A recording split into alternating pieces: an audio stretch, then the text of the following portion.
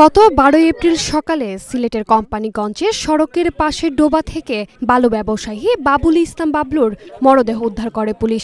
এ সময় তার ব্যবহৃত মোটরসাইকেলটি একটি গাছের সাথে হেলান দেয়া আংশিক ক্ষতিগ্রস্ত অবস্থায় পাওয়া যায়। স্বজনদের দাবি, বাবুল ইসলামকে 11 এপ্রিল রাত 1টার দিকে কে বা কারা মোবাইল ফোনে ডেকে নিয়ে যায়। পরের দিন সকালে তার মরদেহ উদ্ধার করা হয়। পরিবারের পক্ষ থেকে হত্যা মামলা দায়ের করতে গেলে 4 দিন পর মামলা নেয় পুলিশ। পুলিশ নিজে বলতেছে, আমাকে বলেছে যে এটা একটা দুর্ঘটনা, কিন্তু দুর্ঘটনার কোনো আলামত নেই। কারণ যে গাছটির সাথে ধাক্কার লাগার যে মোটরসাইকেলের চিত্রটা রয়েছে, সেখানে সেই মোটরসাইকেল থেকে প্রায় 10 হাত পেছনে বাবলু ভাইয়ের লাশটা পড়ে রয়েছে। 11 তারিখ দিবাগত রাত 1টার দিকে আমার আব্বা বাসা থেকে বের হয়। সকালে শুনি যে আমার আব্বার লাশ পাওয়া গেছে। আমার স্বামীর একটা সময় ফোন দিয়ে নিয়ে হত্যা করছে। আমি হত্যাকারীর ফাঁসি চাই। বাবুল ইসলামের মৃত্যুর ঘটনায় যারা জড়িত তাদের সর্বোচ্চ শাস্তির দাবি জানিয়েছে পরিবার। মানববন্ধন, বিক্ষোভ মিছিল, প্রতিবাদ সমাবেশ করছে স্থানীয়রা।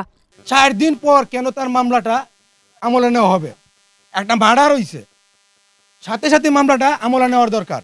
উদুর পেন্ডি ভুদুর গাড়ে চাপানোর জন্য ওরা হয়তো একটা রাজনৈতিক ট্রাম্প কার্ড ইউজ করেছে। এটা অবশ্যই আমাদেরকে বুঝতে হবে।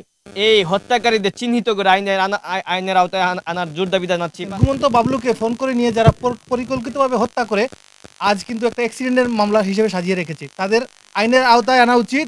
এদিকে পুলিশ বলছে প্রকৃত মৃত্যুর কারণ জানতে অনুসন্ধানের কাজ করছেন তারা। দুর্ঘটনা বলে একেবারে উড়িয়ে দেওয়া যাচ্ছে, আবার পরিকল্পিত হত্যাকাণ্ড সেটা একটা তদন্ত। মৃত্যুটা নিয়ে একটা দুর্ঘটনা অবশ্যই আছে, সবার মনে আছে। আমরা সবার সাথে কথা বলতেছি, আমাদের সার্ভাইভার চাকরি করতেছে। তারপরে যে আমরা এখানে এই যে ভাইটাল যেটা ওপিনিয়নের প্রয়োজন, সেটা ডক্টর ওপিনিয়ন। তারা পোস্টমর্টম করার পরে মৃত্যুর কারণটা ওরা কিন্তু বলে দিবে যে কেন, কি কারণে হত্যাকাণ্ড হয়েছে। আমরা সেই ডক্টরের ওপিনিয়নের জন্য অপেক্ষা করতেছি। দ্রুত সময়ের মধ্যে বাবুল ইসলামের মৃত্যুর রহস্য উদ্ঘাটনের দাবি স্থানীয়দের। অনুকৃতি আদিত্য, এশিয়ান টেলিভিশন।